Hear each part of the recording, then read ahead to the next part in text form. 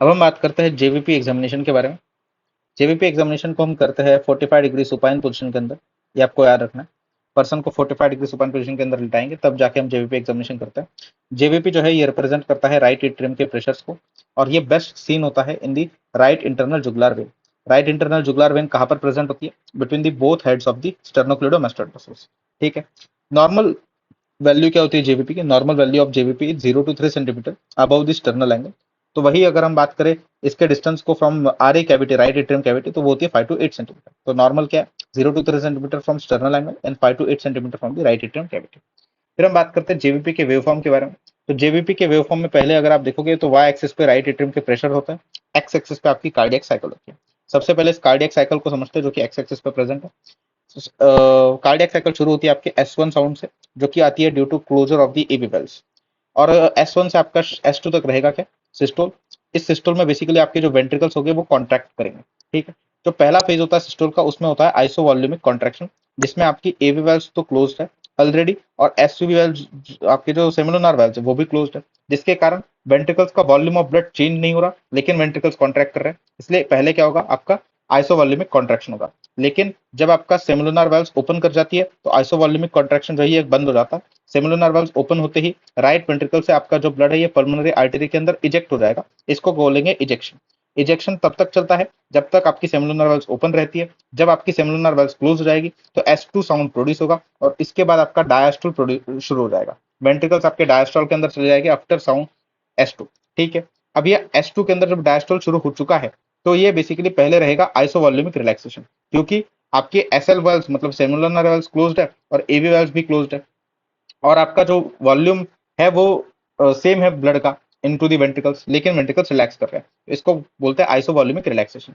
ये आइसोवॉल्यूमिक रिलैक्सेशन तब खत्म होता है जब आपकी एवी वेल्स जो है वो ओपन हो जाती है। जब एवी वेल्स ओपन हो जाती है तो राइट एट्रियम से ब्लड जो है आपके राइट वेंट्रिकल के अंदर आता है पैसिव फिलिंग के लिए।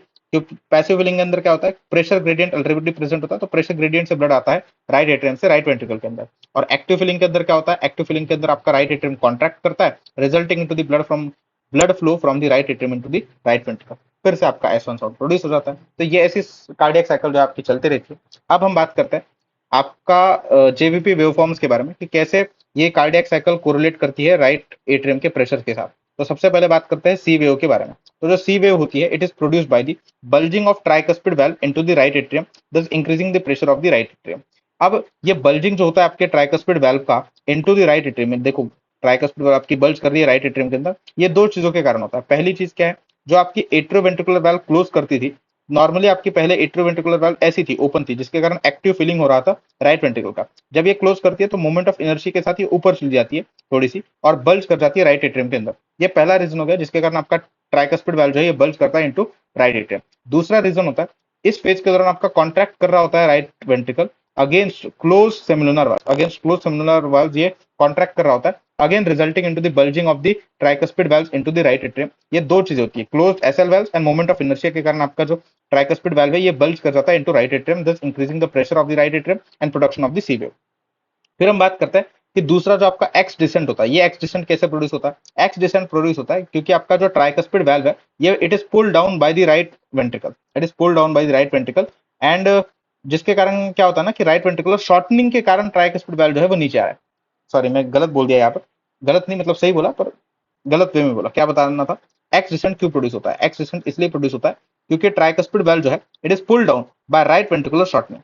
क्या हो रहा है? आपका राइट वेंट्रिकल कॉन्ट्रैक्ट कर रहा है।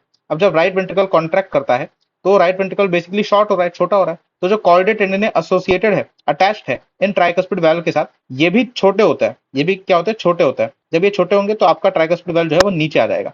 ठीक है। बिकॉज ऑफ कॉर्डेट टेंडन है ये पुल करते हैं वाल्व को नीचे। तो इसके दौरान क्या होता है ना कि राइट एट्रियम के अंदर बिल्कुल भी ब्लड प्रेजेंट नहीं है, बिल्कुल भी राइट एट्रियम के आपका एम्प्टी का एम्प्टी है, और साथ में जो आपका वॉल्यूम है वो बढ़ रहा है। वॉल्यूम बढ़ क्यों रहा है? क्योंकि आपका जो ट्राइकस्पिड वाल्व वो नीचे जा रहा है, वॉल्यूम बढ़ रहा है तो प्रेशर क्या होगा? घटेगा। ठीक है। तो इसलिए आपका एक्सटेंशन प्रोड्यूस होता है, वॉल्यूम बढ़ता है, प्रेशर घटता है, और एम्प्टी होता है right atrium during this phase, during activation. फिर हम बात करते हैं वी वेव। तो वी वेव होता है due to venous filling of the right atrium. ये विनस फिलिंग होती है आपकी आईवीसी इंफीरियर वेना कावा और आपके सुपीरियर वेना कावा से, तो उसके कारण आपकी वी वेव प्रोड्यूस होती है। फिर उसके बाद हम बात करते हैं वाई डिसेंट क्यों प्रोड्यूस होता है। तो वाई डिसेंट प्रोड्यूस होता है during the passive filling phase. Passive filling phase के अंदर क्या होता है? प्रेशर ग्रेडियंट प्रेजेंट होता है राइट एट्रियम और राइट वेंट्रिकल के बीच में, जिसके कारण पैसिवली ब्लड मूव करता है आपके राइट वेंट्रिकल के अंदर, दस decreasing the pressure of the right atrium, क्योंकि पैसिवली आपका ब्लड जो है राइट एट्रियम से राइट वेंट्रिकल के अंदर मूव कर रहा है। एक्टिव फीलिंग फेज के अंदर भी यही हो रहा है कि ब्लड तो मूव कर रहा है, लेकिन साथ में क्या हो रहा है ना कि राइट एट्रियम कॉन्ट्रैक्ट कर रहा है, उस कॉन्ट्रैक्शन के कारण राइट एट्रियम का जो प्रेशर है वो बढ़ जाता है, thus resulting into the A wave.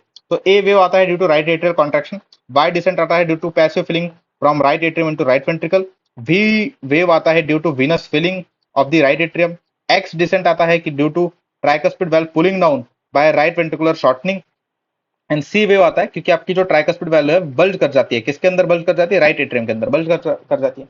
तो सारों के अगर आपको रीजंस पता है तो आपको बेसिक जेवीपी तो अब आ चुका है। अब हम बात करते हैं किसके बारे में, अब हम बात करते हैं सबसे पहले आपके ए वेव के एबनॉर्मलिटीज के बारे में। देखो ए वेव की पहली एबनॉर्मलिटी होती है कि ए वेव एब्सेंट हो जाता है। ए वेव प्रोड्यूस क्यों होता था, ए वेव प्रोड्यूस होता था due to right atrial contractions, right atrium के कॉन्ट्रैक्शंस के कारण आपका ए वेव प्रोड्यूस होता था। अगर ये राइट एट्रियम के कॉन्ट्रैक्शंस इनइफेक्टिव हुए तो फिर राइट एट्रियम का कॉन्ट्रैक्शन अगर इनइफेक्टिव रहे तो क्या ए वेव आएगा, नहीं आएगा। अब यही इनइफेक्टिव राइट एट्रियम के कॉन्ट्रैक्शंस होते हैं एट्रियल फिब्रिलेशन के अंदर। तो आपको याद रखना है कि एट्रियल फिब्रिलेशन अगर ये आया तो इसमें ए वेव एब्सेंट होती है, ये याद रखना है, रट लेना है कि ए वेव एब्सेंट मतलब एट्रियल फिब्रिलेशन, एक ही केस याद रखना है, ठीक है। If R A effective contractions are absent, जो कि आपके एट्रियल फिब्रिलेशन के अंदर एब्सेंट होता है।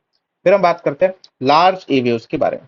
तो लार्ज ए वेव्स कब प्रोड्यूस होती है, लार्ज ए वेव्स तब प्रोड्यूस होती है जब आपका राइट एट्रियम जो है ये अगेंस्ट रेजिस्टेंस कॉन्ट्रैक्ट कर रहा है, अगेंस्ट रेजिस्टेंस कॉन्ट्रैक्ट कर रहा होता है, तो लार्ज ए वेव्स प्रोड्यूस होती है। इसमें दो कॉजेस हो सकते हैं। अगेंस्ट रेजिस्टेंस मतलब जिस वैल से आपके राइट एट्रियम से ब्लड का राइट वेंट्रिकल के अंदर जाना है वो छोटा जाए, मतलब ट्राइकस्पिड स्टेनोसिस, पहली चीज रेजिस्टेंस ये हो सकता है। या फिर जो राइट वेंट्रिकल के अंदर आपका ब्लड जाना है उसका ऑलरेडी प्रेशर ज्यादा हो, तो राइट वेंट्रिकल के अंदर प्रेशर ज्यादा कब कब हो सकता है, तीन कंडीशंस हो सकती है। एक तो राइट वेंट्रिकुलर हाइपरट्रॉफी के अंदर, राइट वेंट्रिकुलर फेलियर के अंदर, एंड ऑलरेडी या फिर राइट वेंट्रिकल का कंप्रेशन हो रहा है। तो राइट वेंट्रिकुलर हाइपरट्रॉफी कब होती है, पल्मोनरी स्टेनोसिस के अंदर एंड पल्मोनरी हाइपरटेंशन के अंदर। आपको पता है ये आपकी पल्मोनरी आर्टरी राइट वेंट्रिकल से जुड़ी होती है, अगर पल्मोनरी आर्टरी के अंदर ब्लड प्रेशर आपका ज्यादा है तो पल्मोनरी हाइपरटेंशन हो जाएगा, जिसके कारण राइट वेंट्रिकल की हाइपरट्रॉफी हो जाएगी।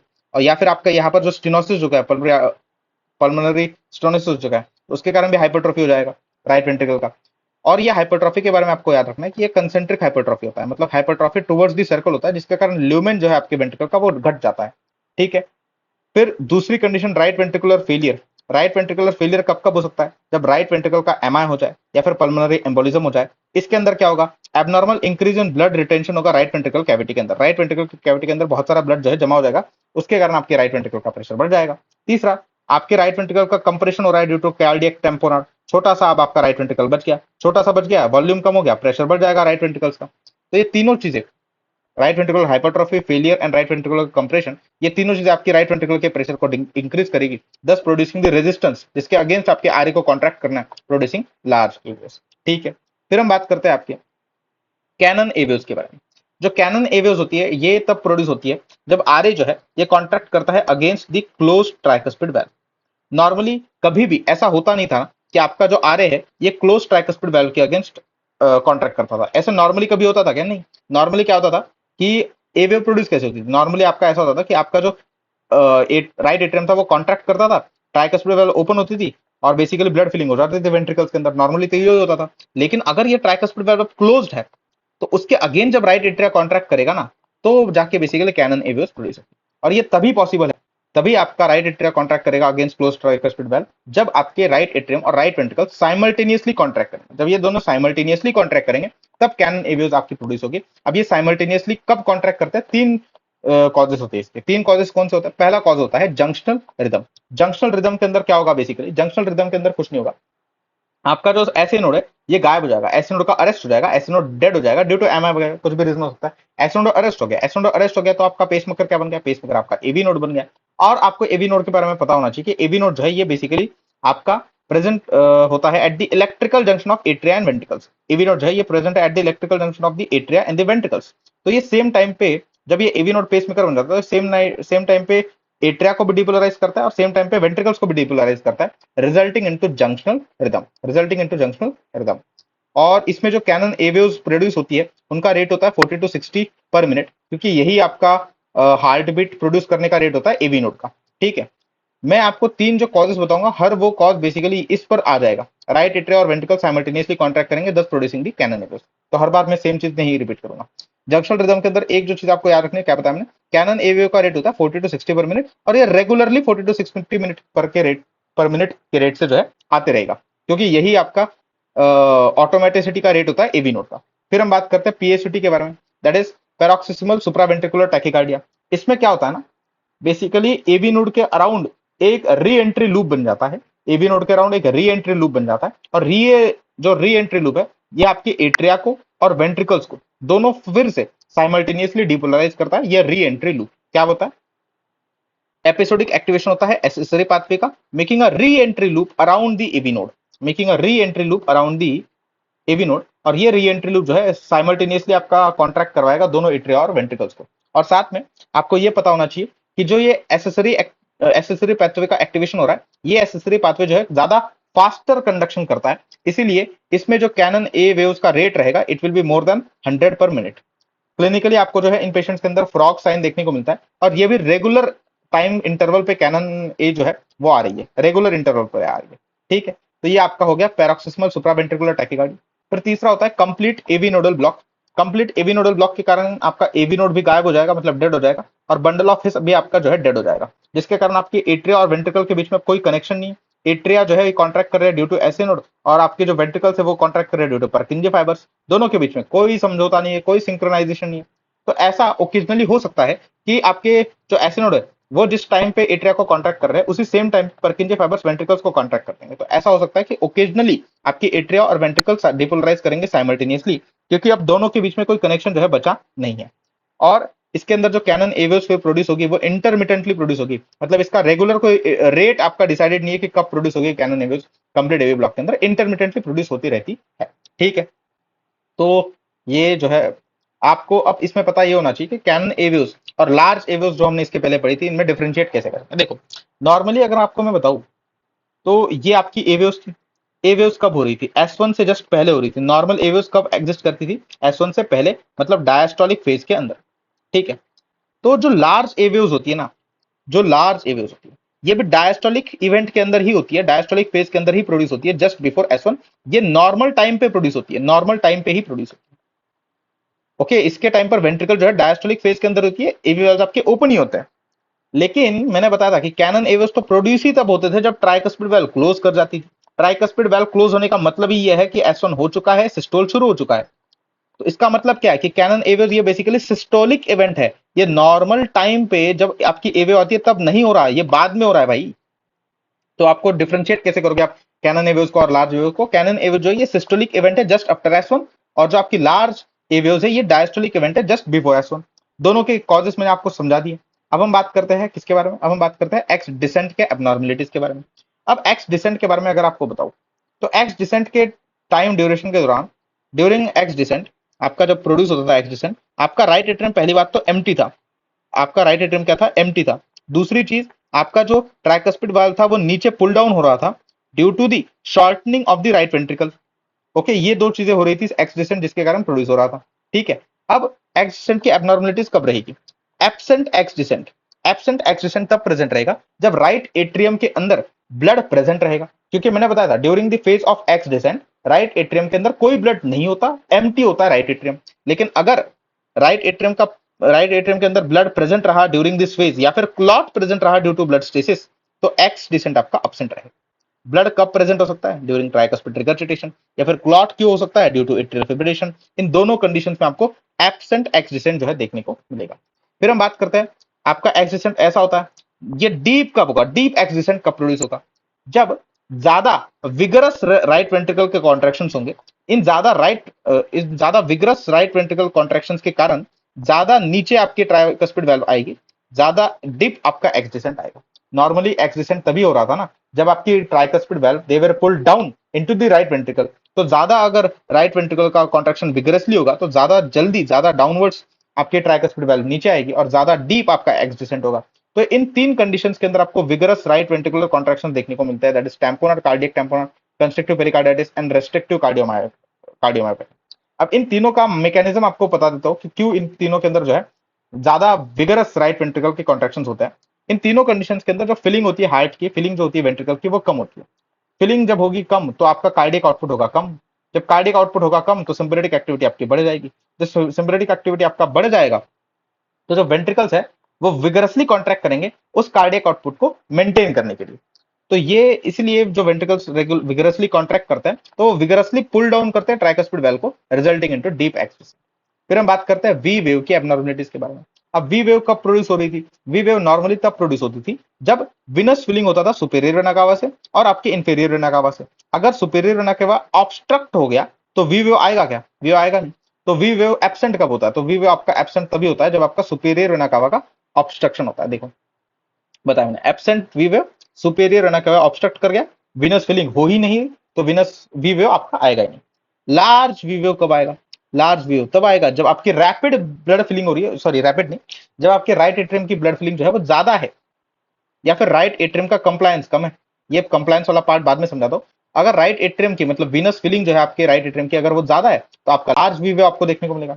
कब कब ब्लड फिलिंग ज्यादा रहेगी राइट एट्रियम के अंदर? ट्राइकस्पिड रिगर्जिटेशन के अंदर, क्योंकि ट्राइकस्पिड रिगर्जिटेशन के अंदर नॉर्मली एसवीसी और आईवीसी से तो ब्लड आ ही रहा था, अब राइट वेंट्रिकल से भी आ रहा है एक्स्ट्रा। फिर atrial septal defect, normally SV और आईवीसी से तो ब्लड आ ही रहा था, साथ में अब लेफ्ट एट्रियम से भी ब्लड आएगा। फिर atrial fibrillation induced RA thrombus, इसमें क्या है ना कि एसवीसी और आईवीसी से तो ब्लड आ ही रहा है राइट एट्रियम के अंदर, साथ में ऑलरेडी क्लॉट प्रेजेंट है जो कि प्रेशर को इंक्रीज करने का काम करेगा, thus resulting into the large V wave. ठीक है, तो लार्ज वी वेव के ये तीन कॉजेस तो हमने पढ़े जो कि होते हैं जिसके अंदर रैपिड, जिसके अंदर आपका ब्लड फिलिंग ज्यादा होता है राइट एट्रियम के अंदर।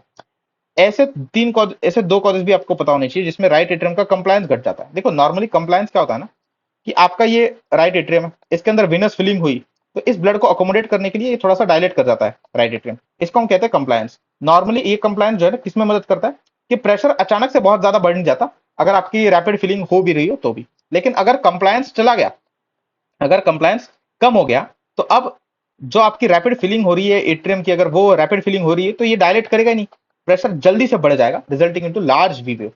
तो ये failure of relaxation of right atrium के कारण आपका राइट एट्रियम कंप्लायंस होता है वो कम होता है बेसिकली। तो ये दो कंडीशंस के अंदर देखने को मिलता है, कंस्ट्रक्टिव पेरिकार्डाइटिस और रेस्ट्रिक्टिव कार्डियोमायोपैथी। इन दोनों के बारे में आप ये याद रखें कि इन दोनों की सेम जेवीपी एबनॉर्मलिटी रहेगी हमेशा। हमेशा इन दोनों के अंदर आपको जो है लार्ज वी वेव देखने को मिलेगा। इन दोनों के अंदर आपको डीप एक्स डिसेंट देखने को मिलेगा। तो इन दोनों के अंदर हमेशा जो है सेम जेवीपी एबनॉर्मलिटी जो है देखने को मिलती है। फिर हम बात करते हैं वाई डिसेंट के एबनॉर्मलिटीज के बारे में। देखो वाई डिसेंट की पहली एबनॉर्मलिटी होती है रैपिड वाई डिसेंट। अब रैपिड वाई डिसेंट क्यों आता है? वाई डिसेंट नॉर्मली क्यों आ रहा था? Rapid sorry Y descent normally आ रहा था due to passive filling of right ventricle from the right atrium, जिसके कारण आपका वाई डिसेंट आता था। रैपिड वाई डिसेंट कब आएगा? रैपिड वाई डिसेंट तब आएगा जब राइट एट्रियम की विनस फिलिंग जो होगी वो हाई प्रेशर के साथ होगी। तो जैसे ही आपका ट्राइकस्पिड वाल्व ओपन होगा तो रैपिडली जो ब्लड है राइट एट्रियम का वो मूव करेगा राइट वेंट्रिकल के अंदर, मतलब पैसिव फिलिंग बहुत फास्टली होगी क्योंकि ऑलरेडी जो प्रेशर क्योंकि ऑलरेडी हाई प्रेशर के साथ आपकी राइट एट्रियम की विनस फिलिंग हुई थी। तो जैसे ट्राइकस्पिड वाल्व ओपन करेगा बहुत तेजी से जो आपका ब्लड है ये राइट एट्रियम से राइट वेंट्रिकल के अंदर मूव करेगा resulting into rapid Y descent. वो सारे कॉजेस जो लार्ज वी वेव कॉज कर रहे थे, वो सारे कॉजेस जो लार्ज वी वेव कॉज कर रहे थे, ये सारे कॉजेस जो लार्ज वी वेव कॉज कर रहे थे वो बेसिकली राइट एट्रियम के ब्लड फिलिंग को हाई प्रेशर के साथ कर रहे थे ना। तो वो सारे वेव्स बेसिकली आपके, वो सारे कॉजेस आपके रैपिड वाई डिसेंट भी कॉज करेंगे। रैपिड वाई डिसेंट को जो है फ्राइड्रिक साइन कहते हैं। क्या साइन कहते हैं? फ्राइड्रिक साइन कहते हैं। फिर हम बात करते हैं कि स्लो वाई डिसेंट किसमें होगा। स्लो वाई डिसेंट उसमें होगा जब राइट एट्रियम से ब्लड राइट वेंट्रिकल के अंदर स्लोली आएगा, तब आपको स्लो वाई डिसेंट देखने को मिलेगा। ये दो कंडीशंस के अंदर होगा, tricuspid stenosis and increase right ventricular pressure. Increase right ventricular pressure के पहले मैंने आपको सारे कॉजेस डिस्कस किए हुए, तो वो आपको पता होनी चाहिए कि स्लो वाई डिसेंट उन सब में होगा। इंक्रीज राइट वेंट्रिकुलर प्रेशर मैंने आपको यहाँ पे बताया ना, increase right ventricular pressure in सब चीजों में देखने को मिलता है। तो इन सब में जो है आपको क्या देखने को मिलेगा? इन सब में आपको जो है वाई डिसेंट स्लो देखने को मिलेगा।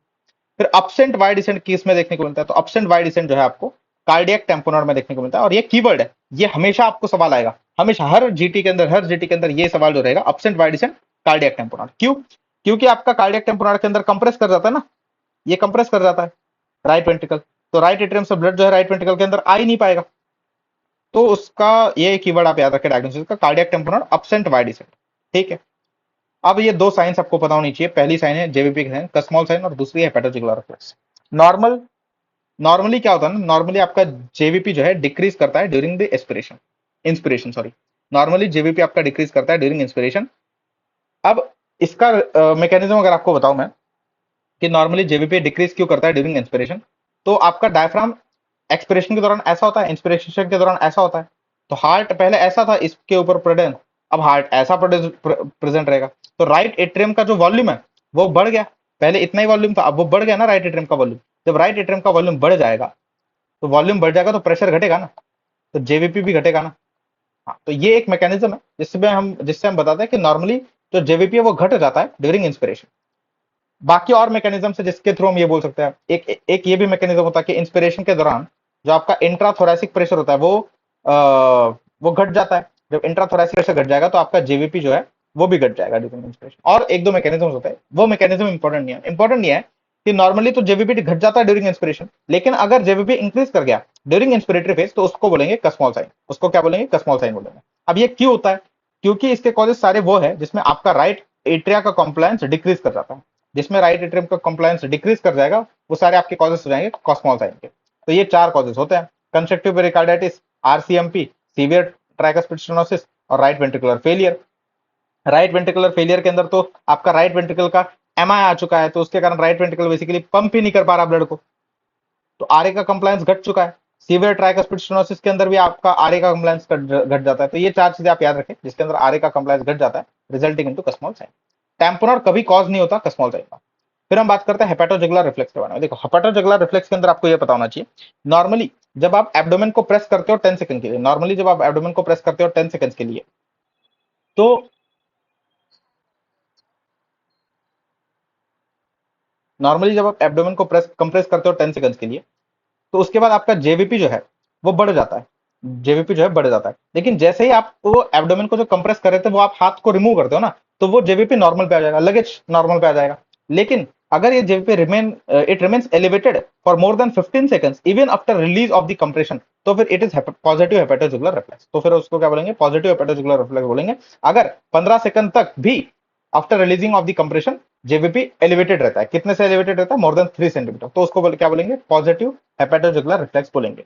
पॉजिटिव हेपेटोजुगुलर रिफ्लेक्स के लिए प्रीरिक्विजिट क्या होता है कि एट रेस्ट आपका जो जेवीपी है वो नॉर्मल होना चाहिए, जेवीपी नॉर्मल होना चाहिए before this test. At rest JVP should be normal. होता क्या है ना कि एट जब आप कंप्रेस करते हो एब्डोमेन को 10 सेकंड के लिए, तो बेसिकली आप इंफीरियर वेना कावा को कंप्रेस कर रहे हो। जब आप इंफीरियर वेना कावा को कंप्रेस करते हो तो राइट वेंट्रिकल के अंदर ब्लड ज्यादा जाता है, ब्लड ज्यादा जाएगा तो उसका वर्कलोड बढ़ जाएगा, राइट एट्रियम का वर्कलोड बढ़ जाएगा, दस इंक्रीजिंग दी जेवीपी। और फिर ये इंक्रीज जेवीपी जो है आपको 15 सेकंड के बाद भी दिखता है। ठीक है, तो इतना है, कुछ गोल्डन पॉइंट्स है ये आप लिखोगे यहाँ पे, और ये सवाल देख लेते हैं। On examination jugular venous pressure shows prominent outward going wave just before S1, which of the following is most likely cause? ये ट्राइकस्पिड स्टेनोसिस ही है। ठीक है, तो आज के लिए इतना ही, कल जो है